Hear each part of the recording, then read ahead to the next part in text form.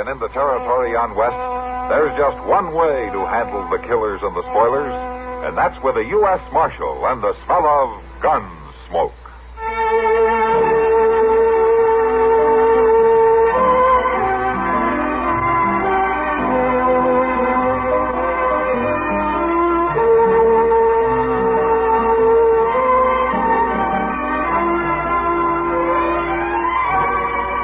Gunsmoke, starring William Conrad, the story of the violence that moved west with young America, and the story of a man who moved with it.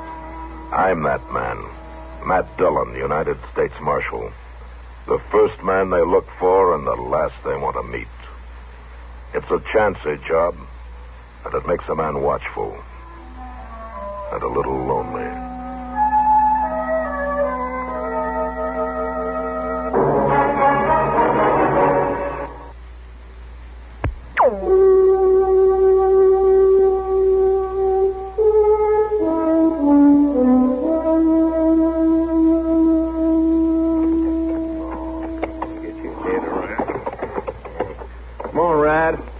I got the horses out here. Let's get moving. I'll be along, Bones.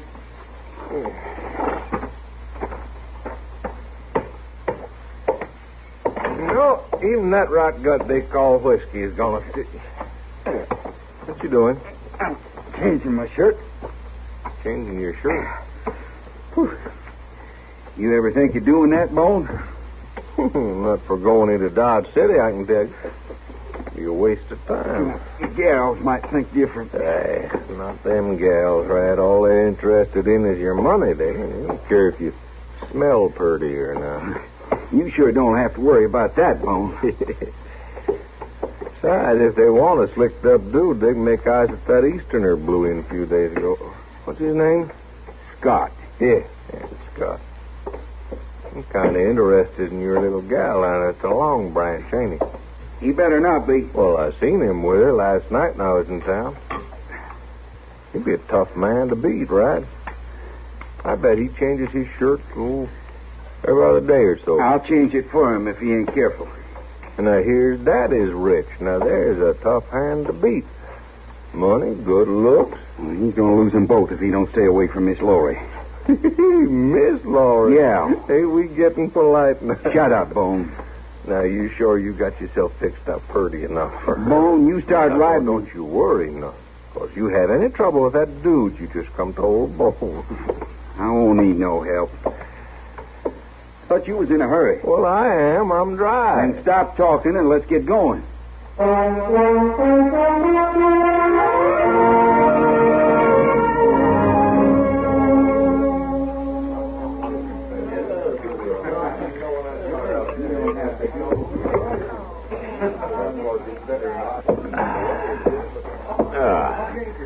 Well, this may not be the best beer in the world, Kitty, but it's a lot better than that stuff they serve up at Hayes City.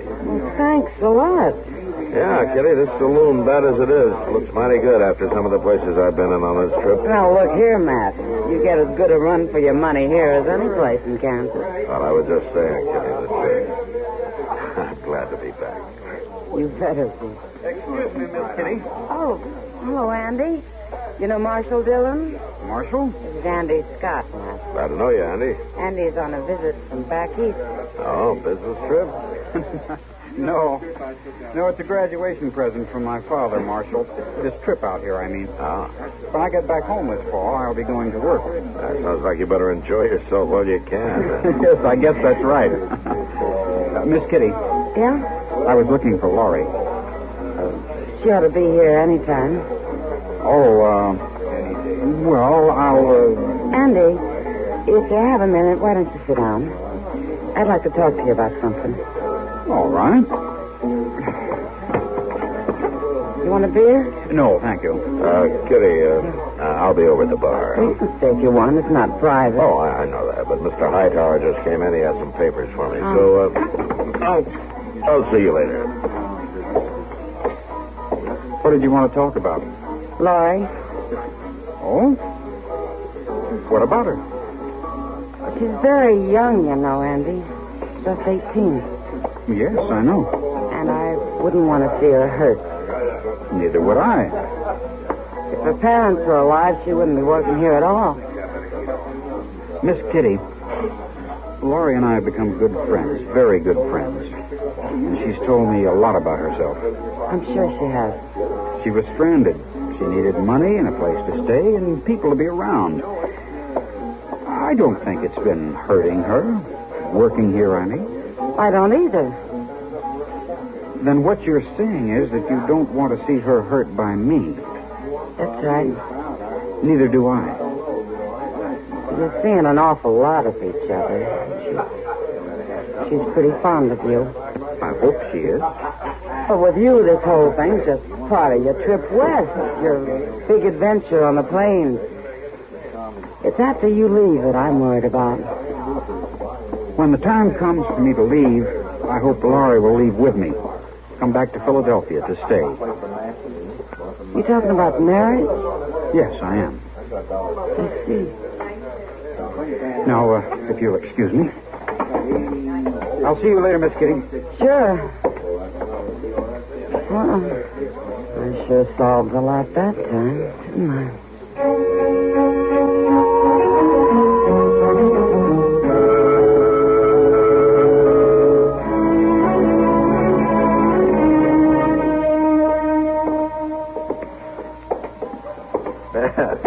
Just swing them doors open for me, Rat. I'm a thirsty man. Well, you swing them open for yourself, Bone. Well, come on, Rat. I'll buy first round. Hey. What? Look at there. Looky. Just like I told you. That clean shirt ain't gonna do you no good. That dude's already beating your time. Yeah. Well, you order up some beer. I'll be back. All right. Hey, Sam. Miss Laurie, Oh, hello, Rad. I want you to come sit with me. Rad, I'm sorry, but I'm engaged for the evening. You are, huh? A young wet-eared dude comes to town and moves in on all the gal. I'm only interested in one of the ladies, Dawson, and she accepted my invitation first. Well, don't that sound pretty now? Rad, please don't make any trouble. What? I ain't gonna make no trouble, Miss Laurie. Not tonight. Rad. But I tell you how it's gonna be. I'm coming to town every night from now on, and all them engagements is gonna be with me. It seems to me that's up to Miss Laurie. Sure enough. It's up to Miss Laurie. And if she wants you to be able to get back where you come from in one piece, schoolboy, she'll see it my way. You get out of here. Sure I will. I'll go right now. But you better not let me catch you near this gal again, schoolboy. I'll teach you a new kind of lesson.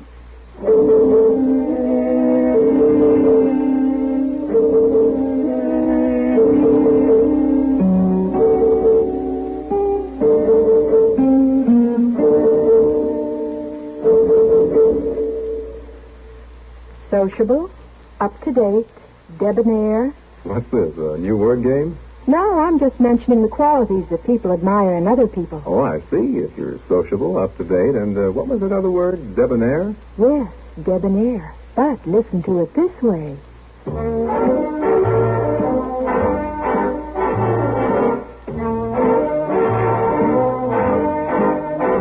Be sociable, look smart, keep up to date with Pepsi, drink light, refreshing Pepsi, stay young and fair and debonair, be sociable, have a Pepsi. Notice how many of your friends are serving Pepsi-Cola these days. It's the up-to-date refreshment. Be sociable, serve Pepsi.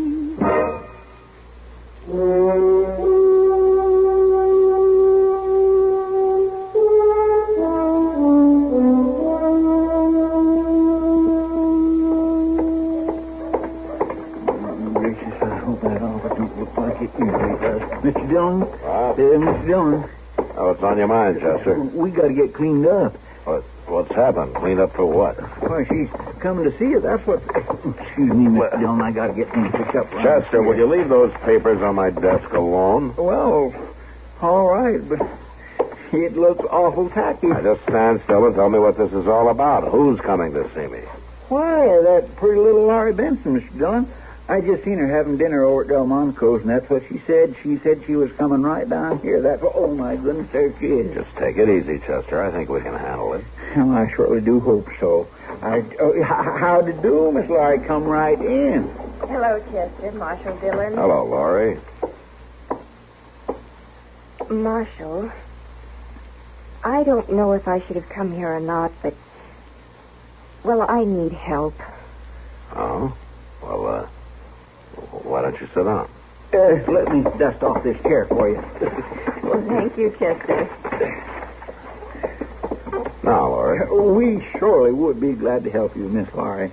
That's very kind of you. All you have to do is just say the word, and we will be there fixing up anything that you need fixing up. Ain't that so, Mr. Dillon? Well, I think we ought to know what it was first, Chester, don't you? Well, yes, sir, of course. We'd have to know what it was first. Now, all you need to do is just speak right up, Miss Laurie. Well, That's right. Now, you just Chester. tell us. Mr. Dillon? Weren't you on your way over to the livery stable to see how that sore-legged horse was getting on?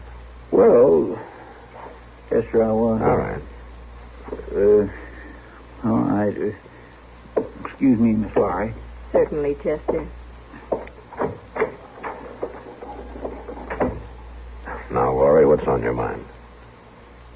Marshal Dillon, can one man keep another man from seeing somebody? Oh. Well, I'd say that would depend on the men, Laurie. I have a friend named Andrew Scott. Oh, yes, I met him. Well, do you know Red Dawson? Mm-hmm. I know Dawson. Well, he seems to like me. He's always been, well, very nice until Andy came to Dodge. Now, Rad says he'll hurt Andy if Andy and I see any more of each other. Oh, that's not too surprising, Laurie. Andy's stubborn, Marshal. I'm afraid he'll get hurt. I don't want him to get hurt on account of me. He seems to have a mind of his own. But, Marshal, they mustn't fight. I thought you might kind of talk to them. Well, I tell you, Laurie, stopping a couple of men from fighting over a pretty girl is something I can't do much about.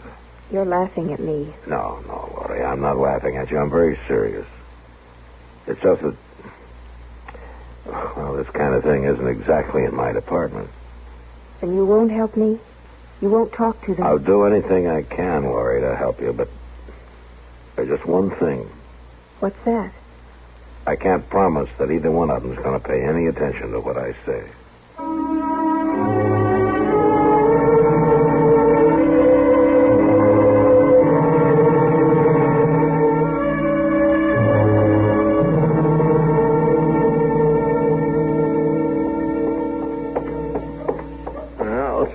Rat, it's mighty interesting coming to town every night, but I sure don't know how long the money's going to hold out. I ain't begging you to come with me every time, No, but it just don't seem right for me to let you come here alone. Well, look at there coming out of Delmonico's. Don't seem like you scared that schoolboy so bad after You all. shut up. Little gal hanging on his arm, so nice and pretty. Thought you wasn't going to stand for that no more, Rat. I ain't, Bone, I ain't. Now, come on. You, schoolboy, turn around. Andy, don't do it. You calling me? Hey, he's wearing a gun, Rat. You better be. I warned you, schoolboy. I told you to stay away from her. Get back, Laurie. Get back in the doorway. Andy. You'll have to do more than warn me, Dawson. I'm a-going to. Get him, Bo. Get him. All right, that's enough. Now drop your guns, all of you. He shot me, Marshal. I got a right to protect myself. I saw it, Rad. You drew on him first. Now go on, drop your guns right now. All right, Andy, get Laurie away from here. I'm not afraid of him, Marshal. Do what I said. Yes, sir. Come on, Laurie. Well, seemed to me you're letting the wrong man go, Marshal. That kid shot right in the shoulder. It might be a pretty bad wound. You'll lock that boy. You listen to me, Bone. If you want to help Rad, you get him up the docks, and then you get him out of Dodge, and you keep him out. Well, ain't no law says he can't come back here. There is now.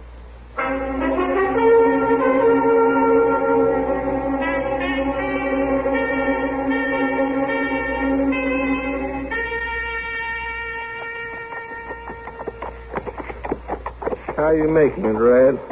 Shoulder hanging together all right? It ain't my shoulder that's eating at me. Yeah. No account Marshal sure talks mighty big. That ain't the marshal neither.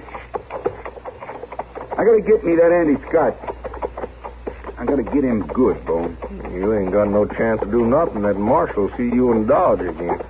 He ain't gonna see me. What you figuring on? I'll lay low till it's dark and hide out near the Dodge house. That's where he lives. Gonna ambush the kid? When he comes back from seeing Laurie, I can jump him real easy. Figure on killing him? I don't much care what happens to him. I'll tell you true, I'm going to give that kid the beating of his life. Hey, Rad. Why don't we bring him out to our place?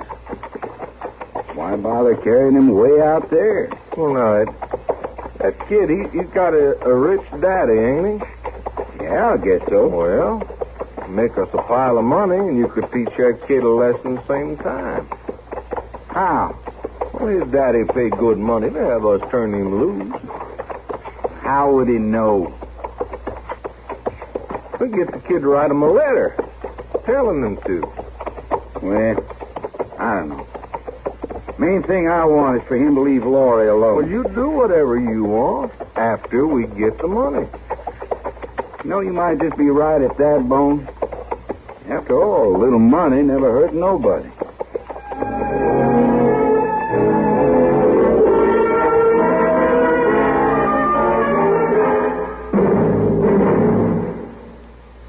Here comes Elmer Blurt, world's lowest pressure salesman. Nobody home, I hope. It says here, J.P. Pullum, dentist. You wouldn't want to buy a new 1959 Rambler, would you, Doc? You are a lucky man. I just happen to have a vacancy. Sit down. Yeah, but Doc... Open wide. That's right. You know, you don't have to sell me on the 59 Rambler. It's first in economy, first in sales gains, and no wonder. Rambler has the best of both. Big car room, small car economy. Yeah, but Doc... Oh, relax. Can't you salesmen ever stop selling? You know, Rambler's got quite an idea with that personalized comfort. Independently adjustable front seats, adjustable headrests, easiest parking and handling in America. Why, that 59 Rambler is so terrific it makes you want to put your foot right down on the accelerator. No, that didn't hurt, did it? Oh, gosh, Willikers, no. That's my lower plate you've been drilling. Rambler outsells all 6 of the best-selling foreign makes combined. 59 Rambler sales are nearly 2.5 times greater than a year ago. See the success car at Rambler dealers.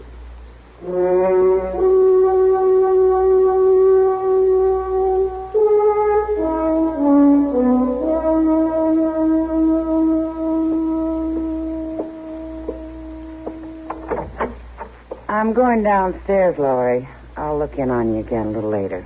Oh, I'm all right, really, I am, Kitty. I'm ashamed I gave way so, but... Well, I just couldn't believe Andy'd go away like that. That he'd run.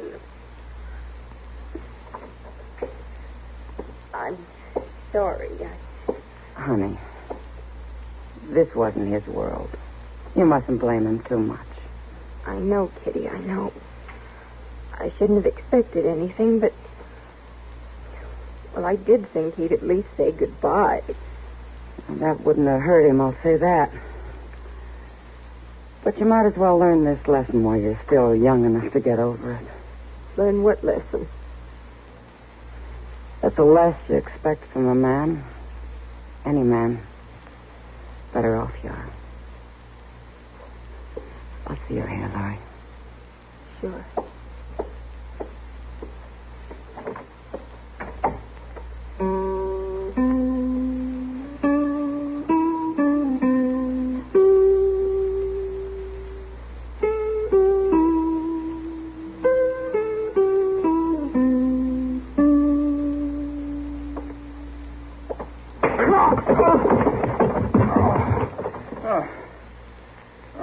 Well, you better answer me, boy. You better speak up. You're wasting your time, Bone. Not my time, schoolboy. Yours. Get up off of the floor. Come on, get up. Now, I'm telling you true. I'm your friend. Old Rat, he'd shut you right off. He had his chance. Well, he'd have shot you last night if I hadn't argued him out of it. Now, look, all you have to do is just tell me how to write your daddy. It ain't so much, is it? I'm not going to tell you.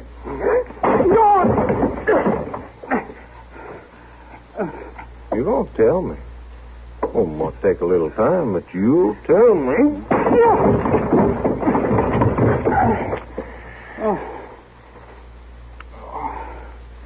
All right, you just lay there while I figure on it. I'll be back. It won't do you any good to kill me. Well, you got us all wrong, schoolboy. We ain't gonna kill you. No, sir. Of course, you ain't gonna get no food or no water till you tell us how to write to your daddy. You won't get anything from me. Well, then, you might be running the chance of starving to death, but that'd be up to you. Get out of here. I think I'll do that for now. But I'll be back, schoolboy. And next time Rad may be with me, and I tell you true, he just don't take kindly to you. He don't take kindly to you at all.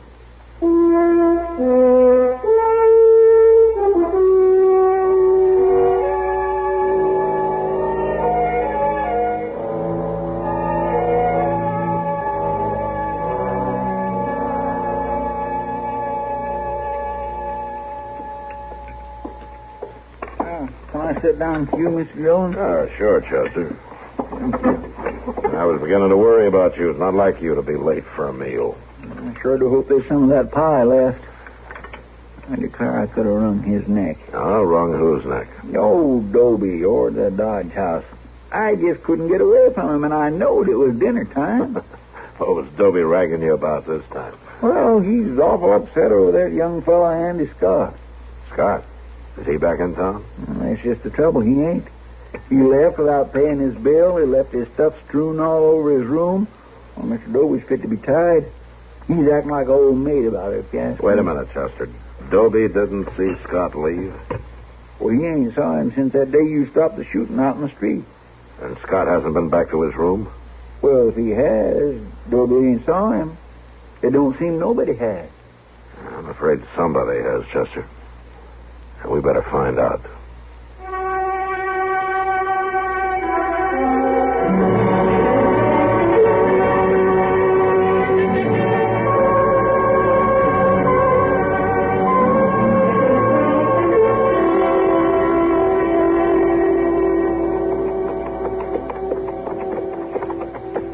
You sure they drug that boy way out here, Mr. Dillon? It don't make good sense to me. I'm not sure, Chester, but I don't expect a thing like this to make sense.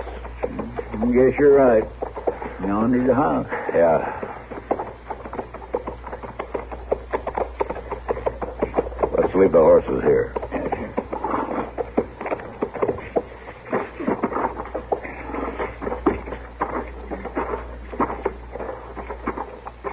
Just keep your eyes open.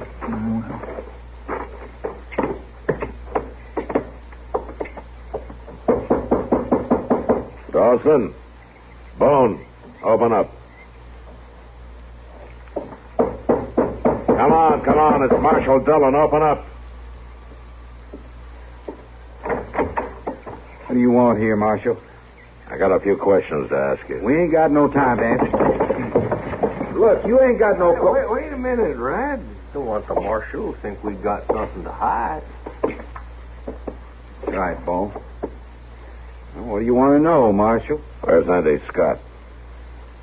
How should I know? Yeah, how should we know, Marshal? You run us out of Dodge your own self. And the boy hasn't been seen since you left.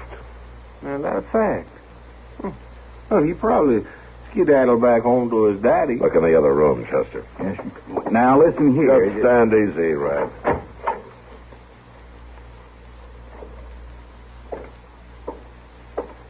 Ain't nobody in there, Mr. Dillon. Of course there ain't. Not like I told Mr. Dillon, look out the window. There's smoke coming out of that shed. What? Come on. Marshal, you ain't going nowhere. Don't try it, Rad.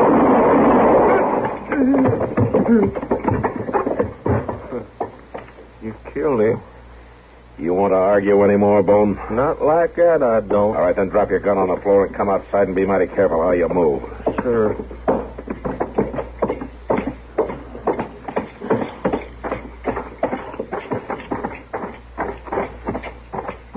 Let's open the door, Chester. Yes, sir.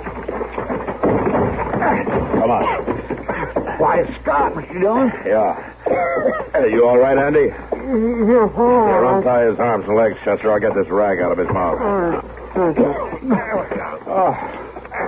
Oh, thank you, Marshal. It's a lot better. Stomp that fire out, Chester. Yes, sir, it ain't got a very good start. All right. Here, Andy, let me help you. We'll get you out of here. Come on. Thanks. Did you kick that lantern over? When I heard somebody ride up, it was the only thing I could think of. You took an awful chance of burning yourself up. Well, my chances weren't too good. Anyway, I looked at it. Yeah. Fact is, I'm surprised to find you alive at all. Oh, they weren't going to kill me, Marshal. They were just leaving me here to die by myself. Is this true, Bones? Mm-hmm. The Marshal was his own fault. All he had to do was just tell how to ride to his daddy. What? Well, sure, Marshal. I kept Rad from shooting him. We were just trying to get us some money. All that boy had to do was talk. We'd have let him go. Sure you would. Just like I'm going to let you go. Huh? Well, you don't want me, Marshal. You got Rad. He's the one that started it. Sure, Bone. But you didn't stop it. Now, come on, let's get going.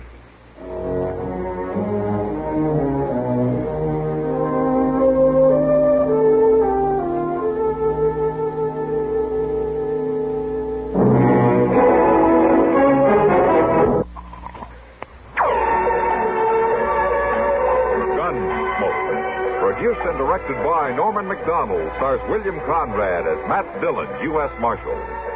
The story was specially written for Gunsmoke by Marion Clark, with editorial supervision by John Meston. Harley Bear is Chester, Howard McNear is Doc, and Georgia Ellis is Kitty.